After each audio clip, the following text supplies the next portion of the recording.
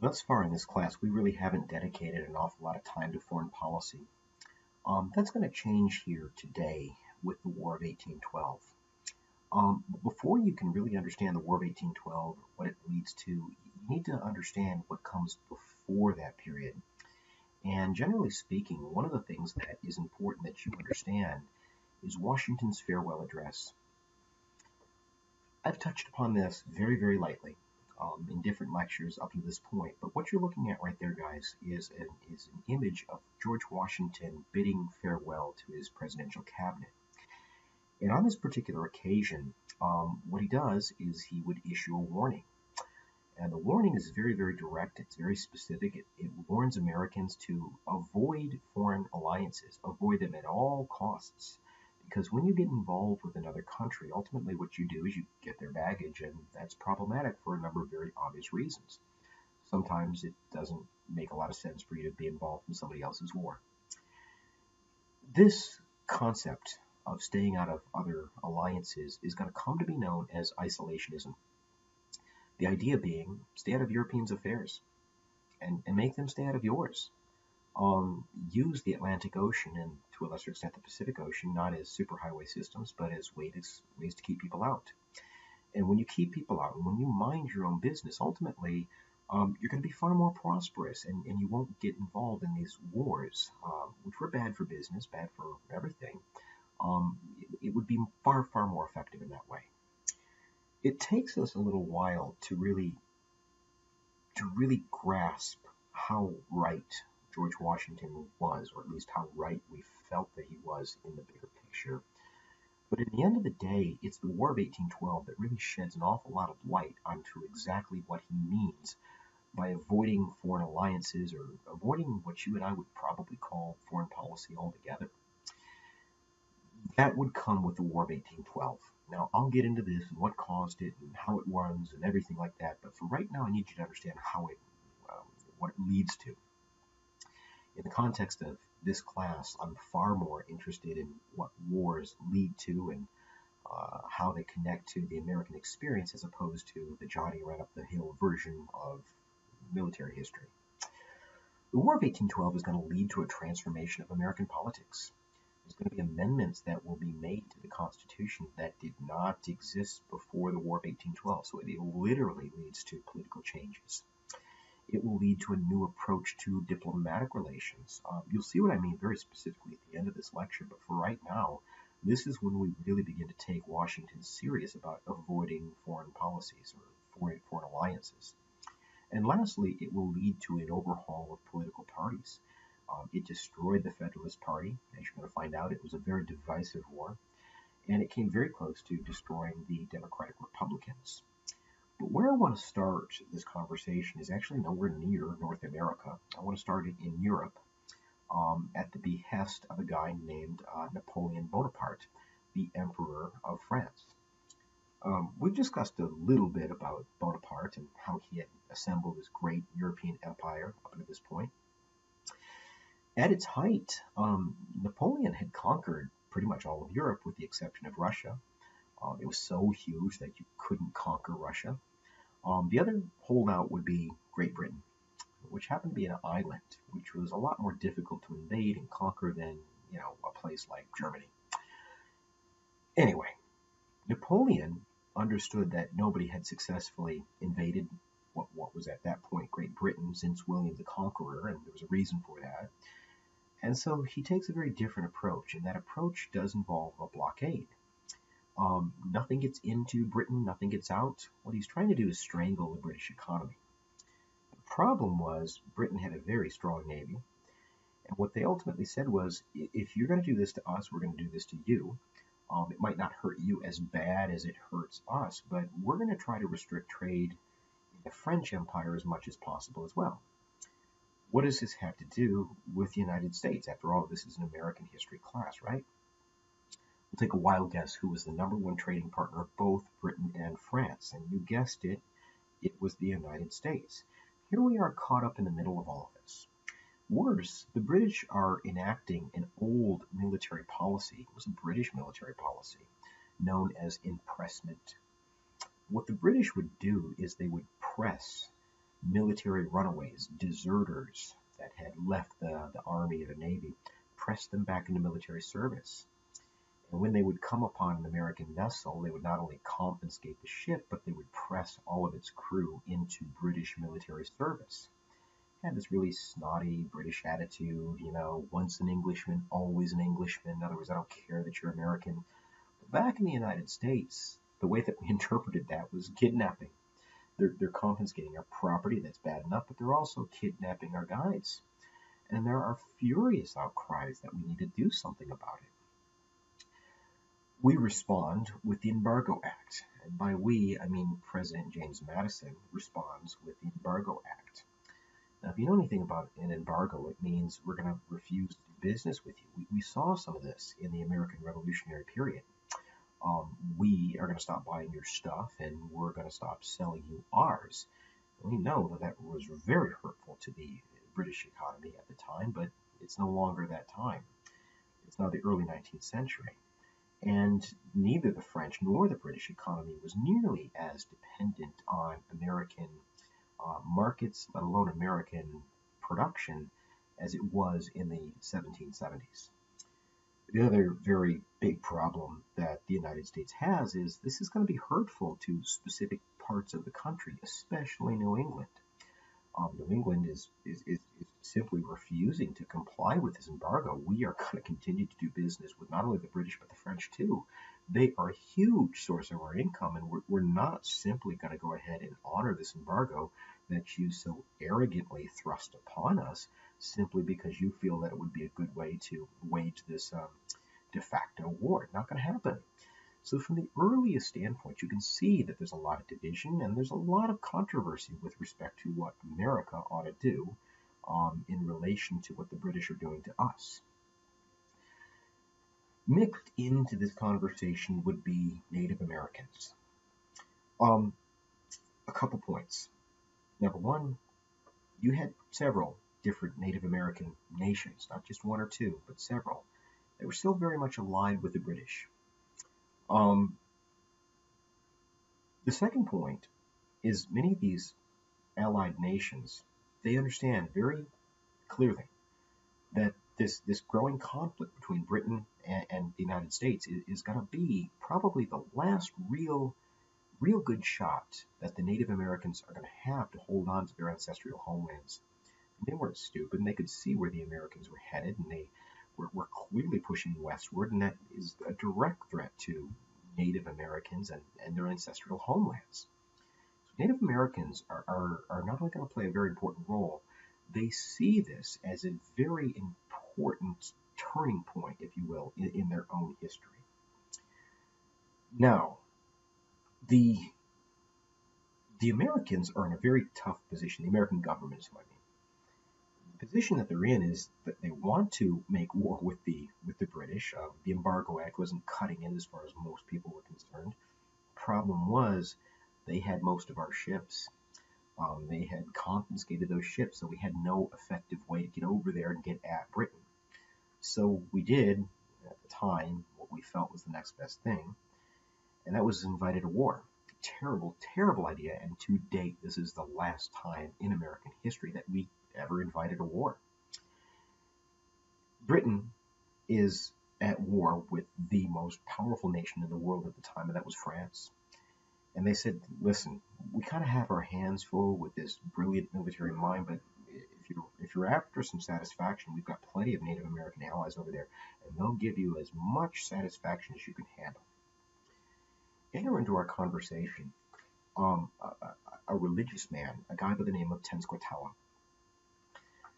Tenskwatawa is a spiritual man, a Shawnee, and he is going to have this vision about this time that if Native Americans come together as one united pan-Indian front and conduct a holy war against the American government, against these invading white masses, that the spirits would reward them and the ancestors would return and they would help rid the white people of Native American lands. This is a religious message, make no mistake about it. But what I need you to understand here is that this is an intertribal, international nation effort to band together. It's going to come together in the Native American city that is known as Tippecanoe. You call that Toledo, Ohio, but you'll see what I'm talking about here in a second. The brother of Tenskwatawa is a guy that's actually got what I kind of think of as dual citizenship. His name is Tecumseh, and he is a Shawnee leader. So he's Native American, but he's also an officer in the British military. And Tecumseh is going to do the military organization for this pan-Indian resistance movement. Tecumseh is also a very smart guy. Tecumseh knows that Native Americans are not probably going to be able to hold on to their ancestral homelands if it's just them fighting the American government. That at the end of the day, they're really going to need a European backer, probably Britain, but at least France, somebody in Europe that will help them fight off the American expansion. He also understands that the British had been tossing around the idea of a permanent Indian border country, a new country that they were going to carve out in between what is the United States and what at the time was British Canada. The idea being that if the Americans ever decided to move on British interests in Canada, there'd be a separate nation that separated the British from the Americans, and that would be in their best interest. But from the perspective of Tecumseh, this is in his best interest, in Native American best interest, because what this is doing is it's providing that European powerful backer that can help repel the American government. And Tecumseh realizes that this is his last best shot to bring in a major European power to defend them and help them ward off the Americans. Things begin to move along quite nicely, actually. Native Americans are winning battle after battle. The problem is they're warriors. And at the end of the day, it didn't really matter how many battles that they won, unless they can have a decisive victory. And the other problem is warriors have to go home to tend to their families. So that's problematic. The other big problem that they're going to have is the sack of Prophetstown. The American military commander in the region that would become known as Ohio is a guy by the name of William Henry Harrison. Eventually, he's going to be president of the United States. And you can see where Tecumseh is going with this. Tecumseh and Tenskwatawa, this assemblage of all of these intertribal warriors that are descending upon Tippecanoe. And so what Harrison executes, and very, very successfully, I might add, is a preemptive strike. He hits them at Tippecanoe before Native Americans can be fully organized and before they have reached their full potential of power. In short, he hits them before they had become so powerful that they were really a force for the Americans to reckon with. This is very important. It's a very important turning point because in the aftermath of the Battle of Tippecanoe, it's going to become next to impossible for Native Americans to hang on to their homeland. One thing that they've got going for them, the one last shot, is if the British eventually decide to enter this war directly. But for all intents and purposes, things do not look very good for Tecumseh, nor do they look very good for Native American groups. Not just the Shawnee, but just about every other group within that region of North America. This, as I said, is going to be a very important turning point because the aftermath of the War of 1812 is going to lead to more than 200 treaties that involve Native Americans giving up lands to the American government. A good example of what I'm talking about would be the Battle of Horseshoe Bend. This is where Andrew Jackson is going to make a name for himself and establish himself in the annals of military history. But he is victorious, not against the British in the Battle of Horseshoe Bend, but their Creek Indian allies. Part of the provisions of the Creek surrender is going to be the ceding of thousands and thousands of acres that you and I call Arkansas. I mean, the big significance of the Battle of Horseshoe Bend is essentially we conquered the the state known as Arkansas from the Creek Indians. You're going to have more than 99 treaties that will result in Native American reservations. The idea being that the American government can push these people around and put them in parts of the continent that they didn't, at least at the moment, want. My point, as you can see by this slide, is that the War of 1812 was devastating for Native peoples, at least those peoples in the eastern chunk of North America. It's not going to be the last time that we talk about this. It's a very bitter story, and it's a part of our history that we don't really like to talk about so much. This idea that we essentially got this sea to stop shining sea empire by a process of colonization and eventually genocide. But back to the British connection to all of this. The emerging political star within the U.S. government is a guy from Kentucky by the name of Henry Clay, who might loosely be called a Federalist, meaning that he feels that the federal government needs more power. It's good for the American people if the government has more power. And in particular, what he wants to do is very similar to Alexander Hamilton. He wants to establish a industrial-based economy. And what Clay is going to do is he's going to use the emergency of the war to enact another program that's very near and dear to his heart. He calls it the bonus bill, but essentially what it is, it's an infrastructure program. What he wants the government to do is use the wartime emergency to build a series of roads, bridges, canals, things that would connect the United States, being a very big country, and it was absolutely necessary for the mobility of our military. But what Clay also understands is that in the aftermath of the war, those roads, bridges, and canals will make doing business in the United States infinitely easier. It'll make us more competitive on the international marketplace, and it will be a shot in the arm for American manufacturing.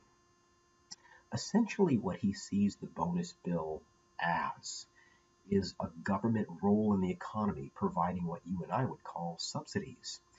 These things, like roads and bridges, would essentially become the commons.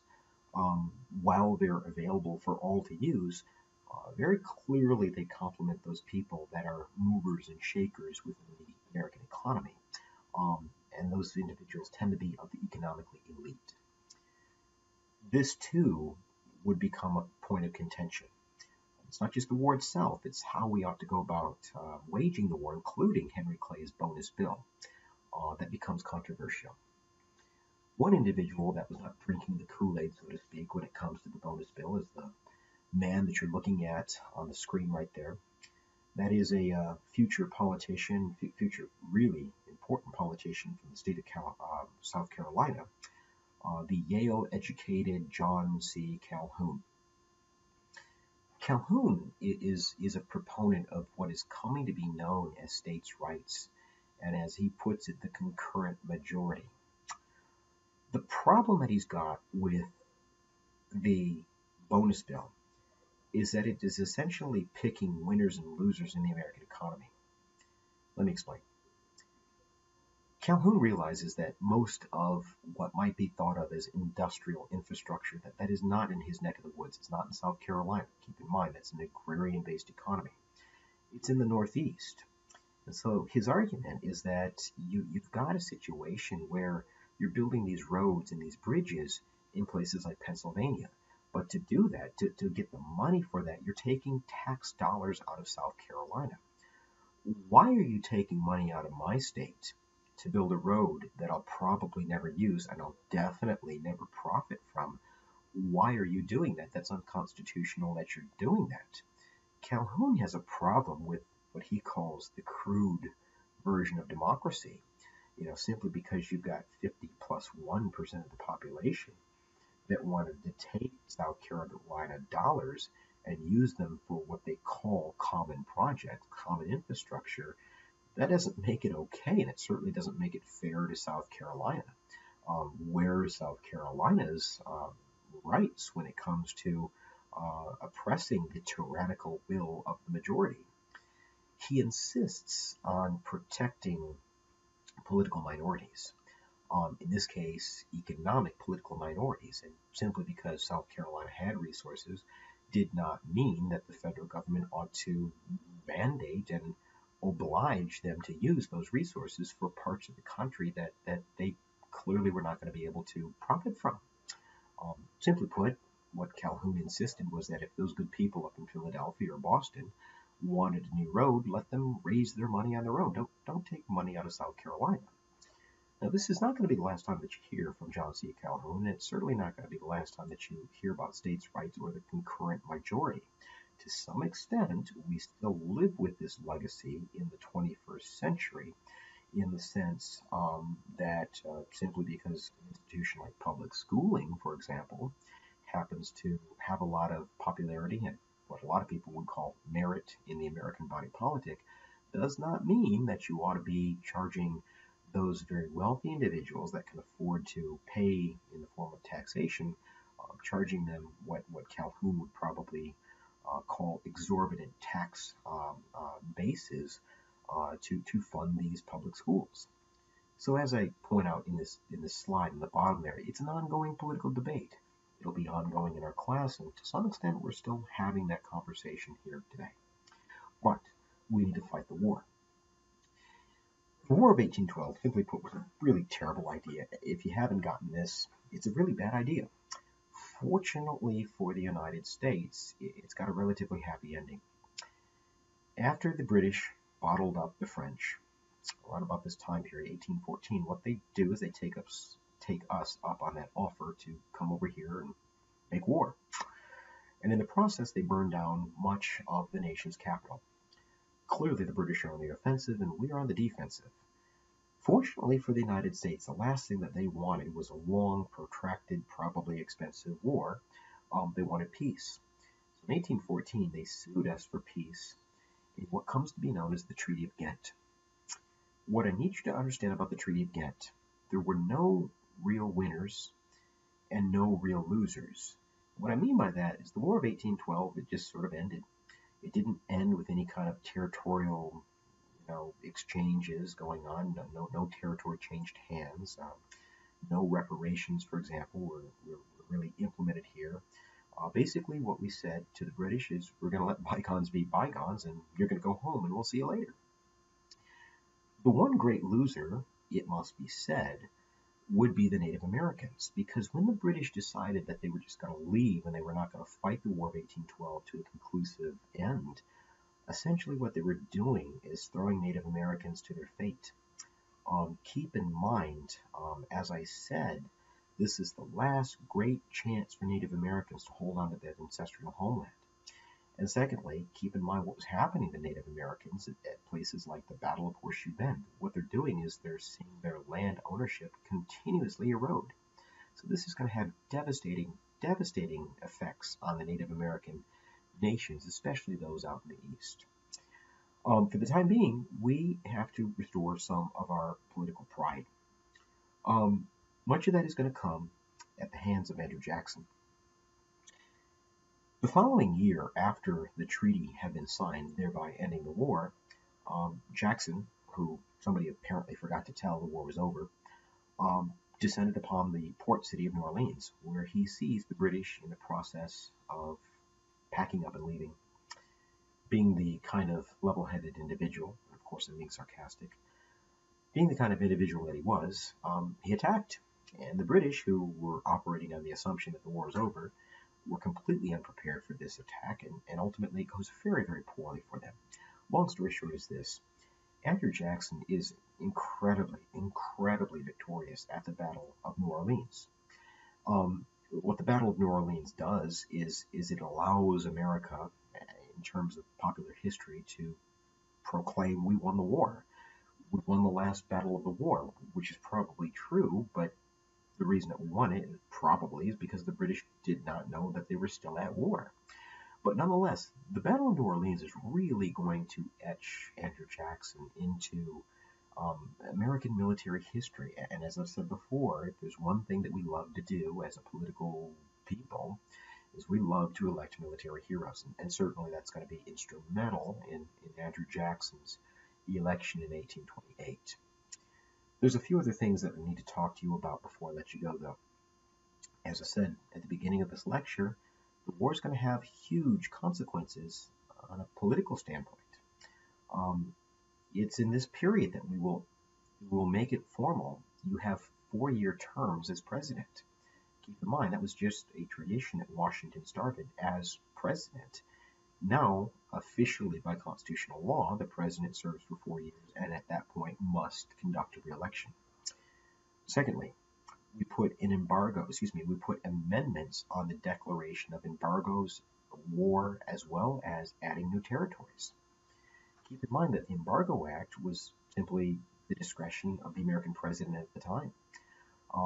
What people of the congressional variety are going to say is, we need to get this under control. Otherwise, we're going to be fighting wars, we're going to be conducting embargoes, we're going to be adding new territories, all more or less on presidential whims. And so we see these very important amendments added to the Constitution that says if the president wants to take the country into war, for example, he or she must get the official congressional approval to do that. Lastly, as I said at the beginning of this lecture, it is going to destroy the Federalist Party. Keep in mind, there's a lot of division, and a lot of that division is politically internal. And the Federalist Party was deeply, deeply divided by this war, and they don't really come out of it. You'll see what I'm talking about a little bit later on in the semester, but for right now, I want to end our conversation with how this is going to change, how the war changes American foreign policy and diplomacy. The president that is going to assume power at the end of this whole process is another guy from Virginia by the name of James Monroe. And it's Monroe that is going to appoint the man that you're looking at on the screen there as his Secretary of State, and that's John Quincy Adams. If the name sounds familiar, it's for good reason. It's the son of the former president, John Adams. And John Quincy Adams is going to come to a very quick realization, sort of a eureka moment. Having European powers in the Western Hemisphere is bad for business. We need to be the preeminent power in the West. That's number one. And number two, the more of a French presence, the more of a Spanish presence, certainly the more of a British presence in the Western Hemisphere, the much more likely we are to get involved in a military affair. So if you want to reduce the likelihood of militarism within the Western Hemisphere and our involvement in it, you got to get Europe out of the West. To that extent, he convinces his president to issue a policy that will quickly become known as the Monroe Doctrine. Here's where we circle back to George Washington in his farewell address. What the Monroe Doctrine will say is that the era of European colonization in the Western Hemisphere has ended. There will be no more exploration/conquest of the Western Hemisphere. Unofficially, what it means is Europe, stay out of our business. We don't want you poking around over here. We don't want you, waging war, whether that's with us or with somebody else. Stay out of our business. And if you stay out of our business, we will stay out of yours. In other words, stay out of the Western Hemisphere. That's our backyard. If you stay out of our backyard, we won't interfere in your affairs. We won't poke around in places like Africa or the Middle East. We will mind our own business as well. The Monroe Doctrine is going to lead to that isolationist policy that George Washington was subscribing us to on his last day in office. More importantly, the Monroe Doctrine and the philosophy of isolationism would really define American foreign policy for the rest of the 19th century. For those of you that go on to take modern American history, the first time that we really talk about a break from isolationism is going to be the Spanish-American War in the late 1890s. And even then, you'll see a reemergence of isolationism very quickly on in the 20th century, the early 20th century. My point in telling you this is not to just continue on this path, but to explain how important and how powerful of an ideology that isolation is going to become.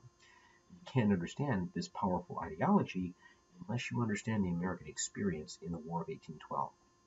And certainly that was more or less John Quincy Adams' contribution to this idea in the early 19th century. Now, the next time we meet, we are going to be talking about the American economy and the evolution, the unfolding, if you will, the development of the American economy. More on that the next time I see you.